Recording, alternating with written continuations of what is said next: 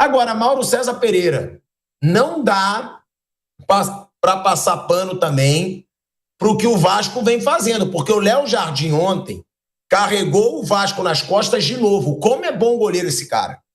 3 pênaltis defendidos. Imagina o desespero do cara. Ele pega um, time perde. Pega outro, time perde. O cara deve falar, meu Deus do céu, tá complicado. Aí depois ali no 6-6, ele defendeu o 3º pênalti e o Vasco garante a classificação contra o Operário. É aquilo que eu falo. Muita gente diz, não tem bobo no futebol. Mas não dá, né, Mauro, pra gente achar normal o Vasco, por maior que seja a crise que vive o Vasco, passando um drama como esse para passar pelo Operário, né, Mauro César Pereira? O que esperar desse Vasco? Porque quando venceu por 3-0 do Fortaleza, eu fui que eu falei, será que agora vai? Será que o Vasco com o Diniz, pelo menos jogar bola, vai? Porque com o Diniz os times jogam futebol. Pode ser que às vezes ele perca a mão e o time acaba ficando muito, não é nem displicente, mas errando muita saída de jogo, levando gols ridículos, mas geralmente tenta jogar bola. Você acha que esse Vasco vai melhorar com o Diniz? Porque, claro, é só o 3º jogo dele. Mas é muito preocupante, né, Mauro? Quase que o Vasco foi eliminado pelo Operário dentro da sua casa. É uma coisa que deu para perceber nesses jogos do Vasco com o Operário é que não existe uma grande diferença entre os times. O jogo ontem não teve muita diferença de posse de bola. Os dois foram 54% para o Vasco. Geralmente, o time do Diniz, ainda mais com o adversário da segunda divisão, teria 60 e tanto, 70%. Passe trocado, 400 e tanto a 400 e tanto. Isso é bem curioso. Não foi um jogo desigual, assim, que o Operário não ficou com a bola e fez um gol e empatou o jogo. É muito cedo ainda, né? É exagero achar que o 3-0 no Fortaleza significa que tudo mudou. Até porque o Fortaleza, nesse ano, está vivendo um momento difícil, né? Já teve momentos difíceis em outras temporadas, reagiu depois, e esse é o momento. Está arriscado a ser eliminado da Libertadores semana que vem. Já perdeu o título cearense para o seu rival, o Ceará. Não está bem no campeonato. Enfim, o Vasco aproveitou e jogou bem, ganhou no sábado. Mas é só um jogo. Já perdeu para o Lanús, o Vasco do Diniz está mal colocado na Sul-Americana, né? Não está numa situação confortável. Se classificar vai ser em segundo, que o Lanús é o primeiro do grupo. E ontem foi mais um capítulo, né, dessa situação do Vasco. Time limitado, tem que estar bem treinado para poder produzir mais e não houve também tempo. Acho que não dá. De uma forma ou de outra é exagero atribuir ao Diniz. Quando vence e quando perde. Mal chegou. Eu acho que depois da parada da Copa América a gente vai poder cobrar mais dele, porque ele vai ter um período longo, né, para treinar os jogadores, um mês inteiro. Aí pode chegar jogador. Não pode chegar jogador. Transferban. Não pode chegar jogador. Tem isso. Pode sair. Foi do Adson, né? Do Adson. Isso. Do Adson. Do Adson, que bateu um pênalti ontem. E bateu no alto, né? Então é isso. O Vasco não tem uma distância assim. Como time, os jogadores são melhores que o do Operário, tem mais investimento. Mas os times em campo, o Operário é campeão, né? Paranaense. Você não percebe uma diferença tão grande assim, como se imaginaria um time da Série A e um time da Série B. Porque é muito bizarro mesmo. É o que o Mauro disse, né, Flávio? Antes a gente via um abismo entre esses clubes. E agora eu imaginei, com o Fernando Diniz, que o Vasco fosse ganhar bem ontem. Bem. Porque a atuação contra o Fortaleza foi uma esperança para o torcedor. E foi muito dramático, Flávio. Foi por muito pouco que o Vasco não é eliminado pelo Operário. Levou azar e passou, né? Porque eu acho que esse tipo de time, Grêmio, Vasco, esses times... Você é ridículo. Não, esses times, eles precisam ficar com um número menor de competições. Eles não têm capacidade de brigar por várias competições. E você vai ver que o Grêmio vai melhorar no Campeonato Brasileiro. O Corinthians, que estava naquela draga o ano passado, quando ele é eliminado de tudo, ele começa a crescer no campeonato. Você tem um monte de competições, no primeiro momento é dramático, depois repara. Esses times que vão brigar mais para debaixo da tabela, mais para não cair do que para brigar por alguma coisa, quanto mais eles se livrarem de competições paralelas, melhor para eles. O Vasco não aguenta com as pernas dele, não aguenta nem com o Campeonato Brasileiro, ainda vai ter outra competição junto. O Grêmio é a mesma coisa, não está aguentando nem o Campeonato Brasileiro, vai se livrando. Claro que é dramático, claro que o cara fica bravo, perde dinheiro, pode eventualmente perder dinheiro, mas na prática, o que interessa para mim é Campeonato Brasileiro. No Campeonato Brasileiro é um ótimo negócio, você fica só com uma competição. É melhor para time que é assim, que está nessa draga terrível, está com dificuldade, está com problema, quanto menos ele tiver de eventos, quanto menos ele tiver que viajar, quanto mais ele puder se dedicar a uma coisa só, melhor para ele. Eu arrisco dizer que no ano passado o Corinthians só não caiu porque ele ficou logo fora dessas competições. Porque se ele continuar nas competições, ele não aguentava. Não tem elenco para isso, não tem time para isso. Eles gastam fortunas, mas não tem elenco para isso, não tem variação para isso. É ótimo ficar só com uma competição. Então, esse tipo... O Vasco vai ganhar a Copa do Brasil? Praticamente impossível. Pode ganhar, mas é praticamente impossível. Vai ter compromisso, não vai ter o título que ele espera e ainda vai ter uma divisão do Campeonato Brasileiro, onde ele precisa lutar muito para não cair. Esse é o ponto. O Grêmio, qual é a prioridade do Grêmio hoje? Pergunta o torcedor do Grêmio. Não ser rebaixado. Ele está com cara, ele tem time para ser rebaixado. O nível do Grêmio é nível de time para ser rebaixado. O Santos não tem nada. Sorte. Não, Copa do Brasil, o Santos passou na Copa. Não, para pagar o CRB amanhã. Tem que ganhar lá. Era bom perder. Quase perdeu. É bom perder. É bom ficar livre. O Santos não está aguentando nem o Campeonato Brasileiro. Vai querer Copa do Brasil? Não aguenta. Não tem estrutura para isso. Não segura a onda. Esses times é melhor caírem fora o quanto antes. Então o Vasco, para mim, deu azar. O Grêmio, nós vamos ver no médio prazo se o Grêmio não vai começar a melhorar agora. É ruim para danar. Vai continuar brigando para não cair. Mas vai ter um pouco mais de tempo. Vai tirar o sufoco de duas competições. Não aguenta. Não tem condição para aguentar. Então já teve, né? Aquele Grêmio que disputava tudo e ganhava tudo está no passado, né? Já faz algum tempo. Mas eu não consigo concordar muito com isso, não. Porque se tem um título que, às vezes, um time grande pode conquistar por causa de mata-mata, por causa daquele negócio de, num dia, você tá num dia bom e poder eliminar um adversário muito mais forte, se tem um título de expressão que esses clubes, e aí eu sou sincero, Grêmio e Vasco hoje podem conquistar, é a Copa do Brasil. O Vasco recentemente estava mal pra caramba, chegou nas quartas, se eu não me engano, contra o Atlético Paranaense. O problema é prioridade. Você tem razão. Os títulos que eles podem conquistar são esses. Mas o problema é prioridade. Vale a pena ganhar a Copa do Brasil e ser rebaixado? Entre os dois, o que o Grêmio precisa... Qual é o principal mote do Grêmio neste ano? Não ser rebaixado de novo. Então não adianta, quanto menos, ele tem que focar nisso, ó.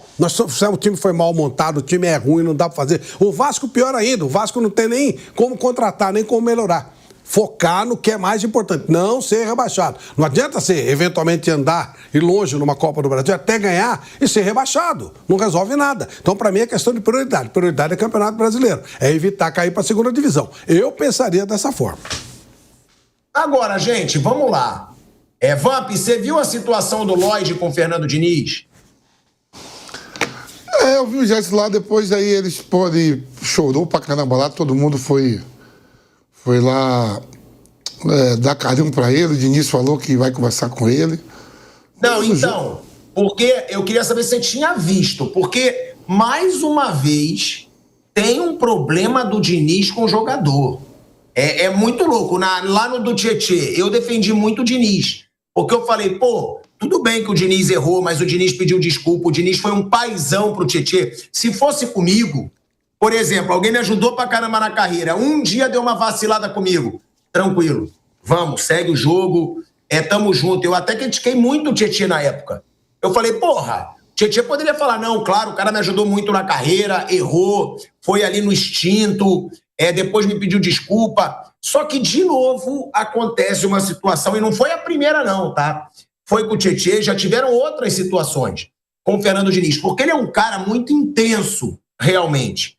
E ontem chamou a atenção um lance que o Lloyd fez uma bela jogada, chutou no ângulo, foi uma bela jogada do Lloyd. E ele faz um gesto, né, colocando a mão no ouvido, tipo assim... E agora? Fala alguma coisa agora. Depois o Fernando Diniz chama o Lloyd. Essa imagem é muito constrangedora. É muito constrangedora. Porque o Fernando Diniz, ele chama o Lloyd para dar uma instrução e ele não vai. Ele não foi.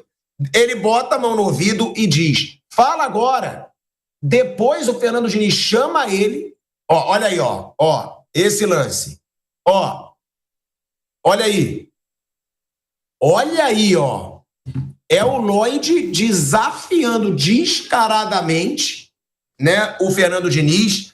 E depois, para mim, foi a foi a imagem mais constrangedora, que é a imagem que o Diniz chama o Lloyd, que a gente já mostrou aí, e ele não vai, ó, olha aí, vem aqui, e ele não vai, ou seja, desafiando completamente a autoridade do treinador.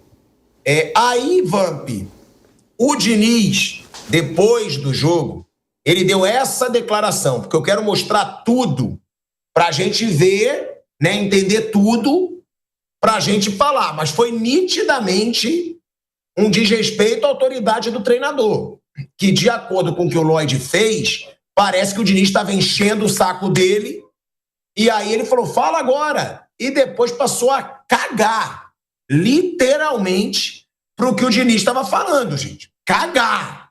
Que ele não foi, o treinador chamou e ele não foi. Vamos ouvir aí rapidinho o que disse o Fernando Diniz sobre essas imagens com o Lloyd. Comigo não aconteceu nada. Eu nem sei muito isso, sabe, do gesto que ele fez. O pessoal tá falando e eu tava tentando passar informação para acalmá-lo, porque a torcida tava já irritada com ele, mas a intenção era de ajudá-lo, de orientá-lo para ele continuar jogando. Então eu não sei, eu preciso conversar com ele para saber o gesto que ele fez. Eu estava falando com agora o pessoal da assessoria de imprensa, de fato eu também não interpretei assim, estava tão focado no jogo que para mim não teve problema nenhum. Olha aí, Vamp, mas aí é claro que é um pouco da politicagem, é o Diniz tentando não trazer uma crise tão cedo nessa chegada ao Vasco, porque quando ele chama o Lloyd e ele não vai, é óbvio que o Diniz percebeu. É óbvio que ele ficou puto. Inclusive, ele fez uma cara de quem estava meio decepcionado, Van. Chico, isso aí é menos relevante. O importante é que o Vasco passou, estava ali numa crise ali. Se passa, se não passa hoje, poderia estar fora de uma competição que rende. Isso acontece. O Diniz, comando atleta, eu joguei com o Diniz, concentrava com o Diniz no Corinthians, depois na Juventus, na Moca, onde disse Recaíla. O Diniz também sempre foi pavio curto. Já teve aquela briga uma vez de Diniz e Galeano, saindo no tapa, um jogo. É normal, se resolve dentro do grupo ali. Hoje, todo mundo de cabeça. Ontem mesmo, acho que de cabeça mais fria, já se resolveu tudo. Não pode usar isso para que isso se torne uma crise, onde o que o Vasco menos precisa nesse momento é de crise. Eu sou um angolano, falo, não entendi em português. O português do Brasil é diferente da Angola. Pronto, mata a cobra. Eu acho que crise não tem, né? Mas também, aí, com todo respeito, quem é o Lloyd também, Mauro César Pereira? Para desafiar tanto o treinador assim, parece que a gente está falando com o Lamine Yamal. Mas outro dia o Mano pôde chamar o Roberto de burro, né? Quê? Porque é treinador, né?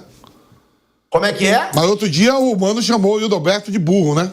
Aí pode. Mas eu falei que ele podia chamar de burro? Não, isso é discussão ali, pô. Vamp, mas porra, o cara desafiar o treinador que tá acabando de chegar, eu acho desnecessário. Eu até entendo o que você tá falando. Agora, querendo ou não...